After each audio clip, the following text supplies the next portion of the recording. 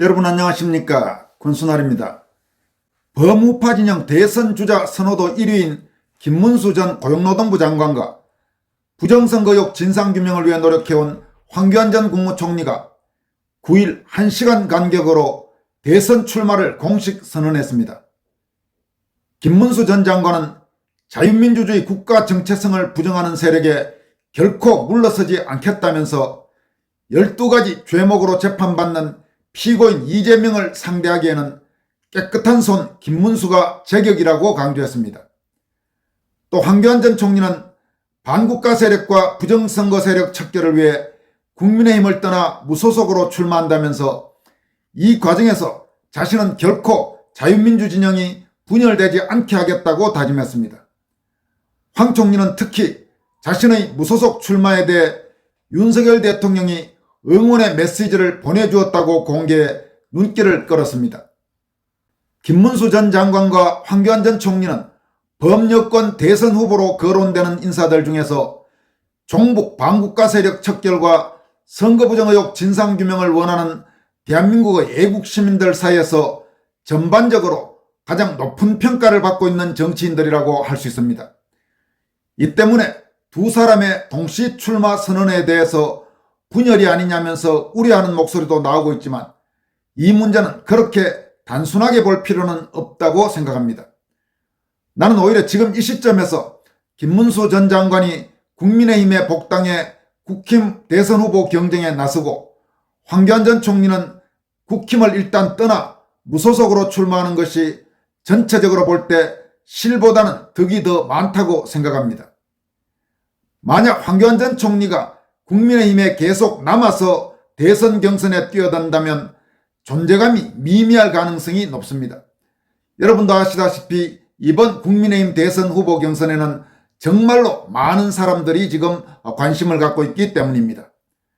더구나 현재 국민의힘 기류상 황 총리가 강조해온 부정선거 의혹 진상규명 및 수사 촉구 요구를 국힘에서 이어가기는 그리 쉽지 않을 수도 있습니다.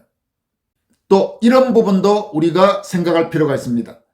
김문수 장관이 국민의힘 대선 경선에서 1위를 차지해서 당의 대선 후보로 최종 결정된다면 별개의 문제지만 만약 그렇게 김문수 장관이 1위가 되지 못하고 만에 하나라도 한동훈과 같은 애국시민들이 도저히 수용할 수 없는 사람이 국민의힘 대선 후보로 결정될 가능성도 생각해 둘 필요가 있습니다.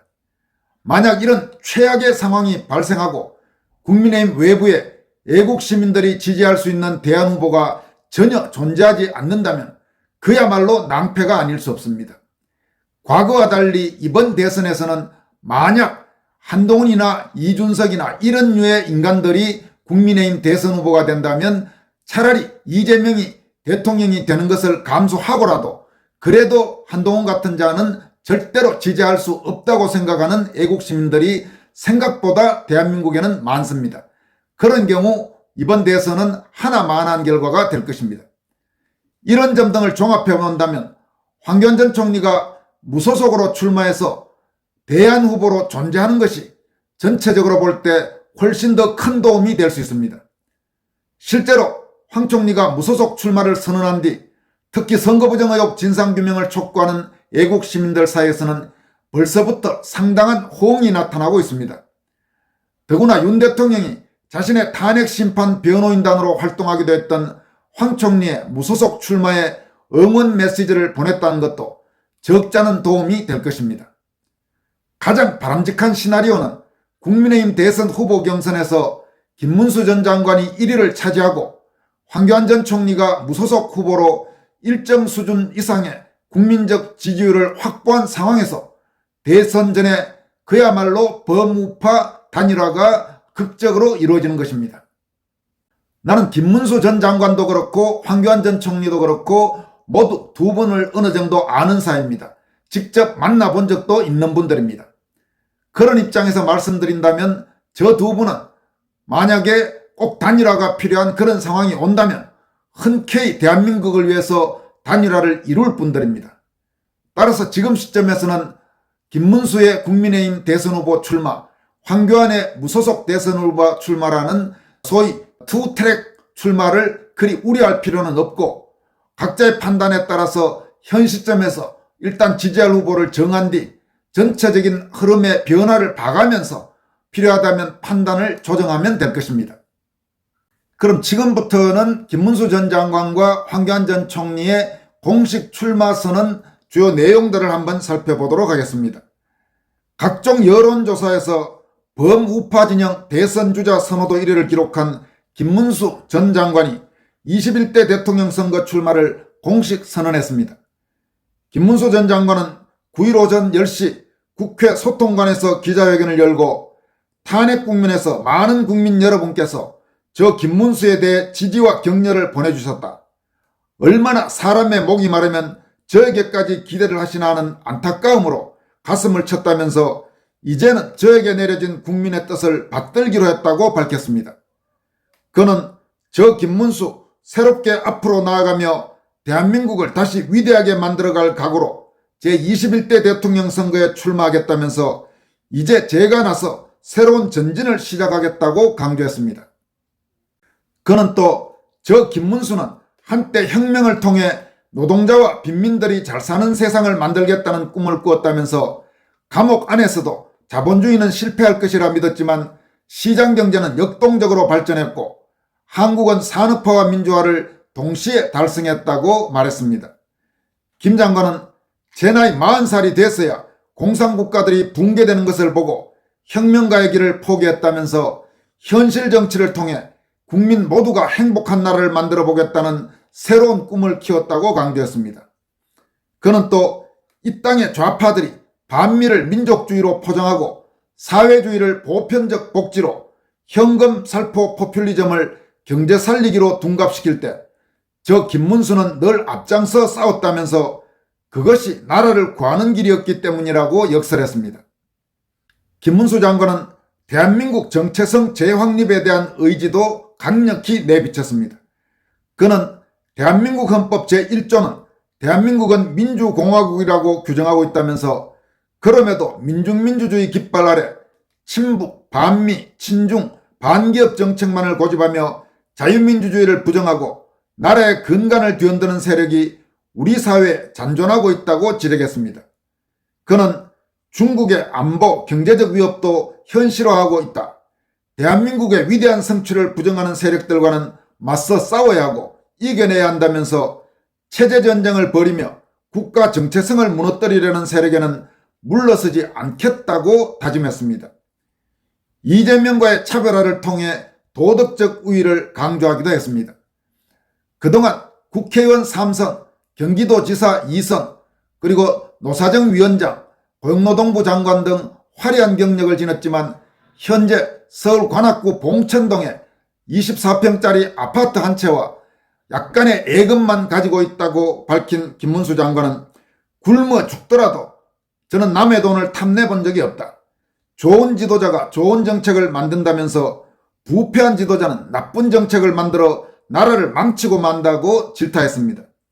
이어서 세월이 바뀌었는지 요즘은 부패한 정치인이 오히려 큰소리치는 시대가 되고 말았다.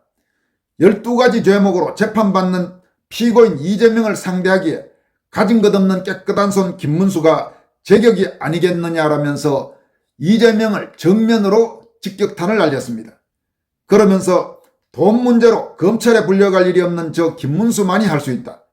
거짓과 가문이설로 대한민국을 혼란과 파멸로 몰고 갈 이재명의 민주당은 저 김문수가 확실히 바로잡겠다고 덧붙였습니다. 김 장관은 대통합이든 대연정이든 나라가 잘 되는 일은 무엇이든 해야 한다며 저 김문수는 성실하고 순수한 삶을 살려고 노력해왔다. 함께 힘을 합쳐 위대한 대한민국을 만들어 나가자고 강조했습니다. 또 황교안 전 총리는 김문수 전 장관보다 1시간 뒤인 11시에 기자회견을 열고 대통령 출마를 공식 선언했습니다. 황교안 전 총리는 우리의 오랜 바람처럼 윤석열 대통령은 부정선거를 밝혀내기 위해 대통령직을 걸고 용감하게 나섰다. 그런데 그 결과가 어떻게 되었는가? 오히려 거대한 부정선거 세력에 의해 대통령이 불법 체포, 불법 구속까지 됐다가 결국 탄핵을 당하는 상황에까지 이르렀다. 지금 대한민국의 상황이 그 정도다. 이미 대한민국의 법치는 다 무너졌다.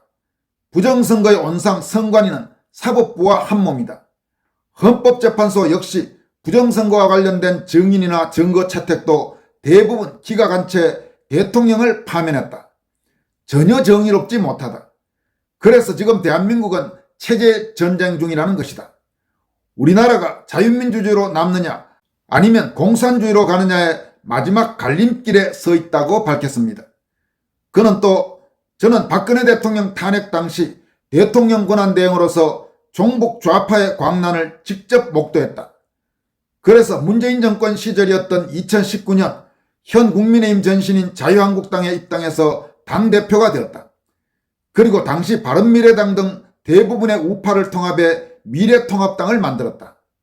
그때는 우파를 모두 통합하는 것이 선거에서 이기는 길이라고 생각했다. 그러나 그것이 패착이었다.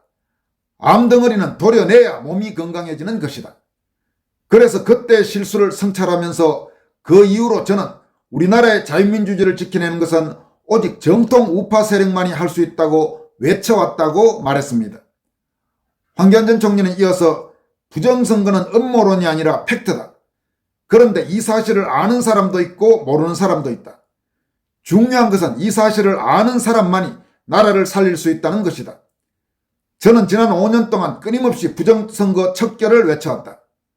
그러나 제가 속한 국민의힘당에서는 이를 외면하고 오히려 저를 음모론자로 몰아갔다. 저는 국민의힘이 당내 경선을 중앙선관위에 위탁했을 뿐 아니라 국민의힘 당 안에도 부정선거에 연루된 사람들이 있다는 사실을 알게 되었다. 참으로 가슴이 아팠고 또 답답하기도 했다. 지금까지도 그렇다. 이래서는 안 된다. 그래서 저는 결심했다. 저는 오늘 국민의힘을 탈당한다. 제가 탈당을 하는 이유는 이 당에서는 국민의 분노를 담을 수 없기 때문이다. 이길 수도 없기 때문이다. 부정선거를 바로잡기 위해 결코 싸울 수가 없기 때문이다. 이제 새로운 길을 가야 한다. 나라 살리기 위해 국민과 함께하는 승리의 길을 가겠다면서 저는 무소속으로 출발하겠다. 이 길은 순수하고 정의로운 국민들과 함께 가는 길이기 때문이다라고 목소리를 높였습니다. 황교안 전 총리는 또 저는 윤 대통령이 시작했음에도 불구하고 저 거대한 부정선거 세력에게 발목 잡혀 끝내 완성하지 못한 부정선거 척결을 끝까지 완수하기 위해 이번 대통령 선거에 출마하기로 결심했다면서 이 과정에서 저는 결코 자유민주 진영이 분열되지 않게 하겠다고 다짐했습니다. 그러면서 저는 모든 권력은 국민으로부터 나온다는 헌법 제1조를 지켜내겠다. 모든 권력이 선관위나 법원이 아닌 국민으로부터 나오도록 돌려놓겠다고 다짐했습니다.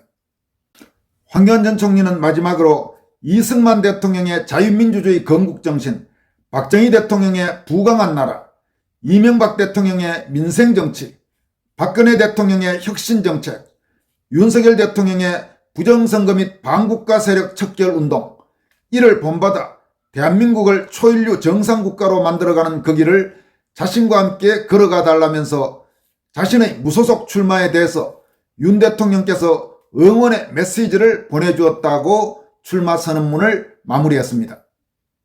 여러분, 모두의 분석에서 말씀드렸다시피 김문수 전 장관과 황교안 전 총리의 대선 출마, 이 문제를 그냥 단순히 우파 진영의 분열 이렇게만 볼 필요가 없다는 점을 다시 한번 말씀드립니다. 나중에 저 두 분은 어딘가에서 다시 만나실 분들입니다. 적어도 김문수, 황교안 이 두 분은 한동훈이나 이준석류의 그런 인간들과는 인간으로서의 그 기본적인 바탕과 결이 다른 분들입니다. 저희 시청자들 중에도 김문수 장관을 더 좋아하시는 분들도 있을 거고 황교안 전 총리를 더 좋아하는 분들도 있겠지만은 이 두 분은 충분히 서로 보완할 수 있는 관계라는 점에서 적어도 군수날TV 시청자나 구독자들께서는 어느 한편이 더 좋다고 해서 굳이 상대편을 깎아내린다든지 그러실 필요까지는 없어 보입니다. 그 부분은 적어도 한동훈에 대한 날카로운 비판, 이준석에 대한 아주 칼날 같은 비판, 그런 비판들은 뭐 얼마든지 가능하고 당연히 해야 되는 거지만은 적어도 김문수, 황교안 이 두 분은 넓은 의미로 우리 이 동지적인 성격을 갖고 있는 정치인들이다. 나는 그렇게 판단합니다. 지금까지 권순할TV였습니다. 고맙습니다.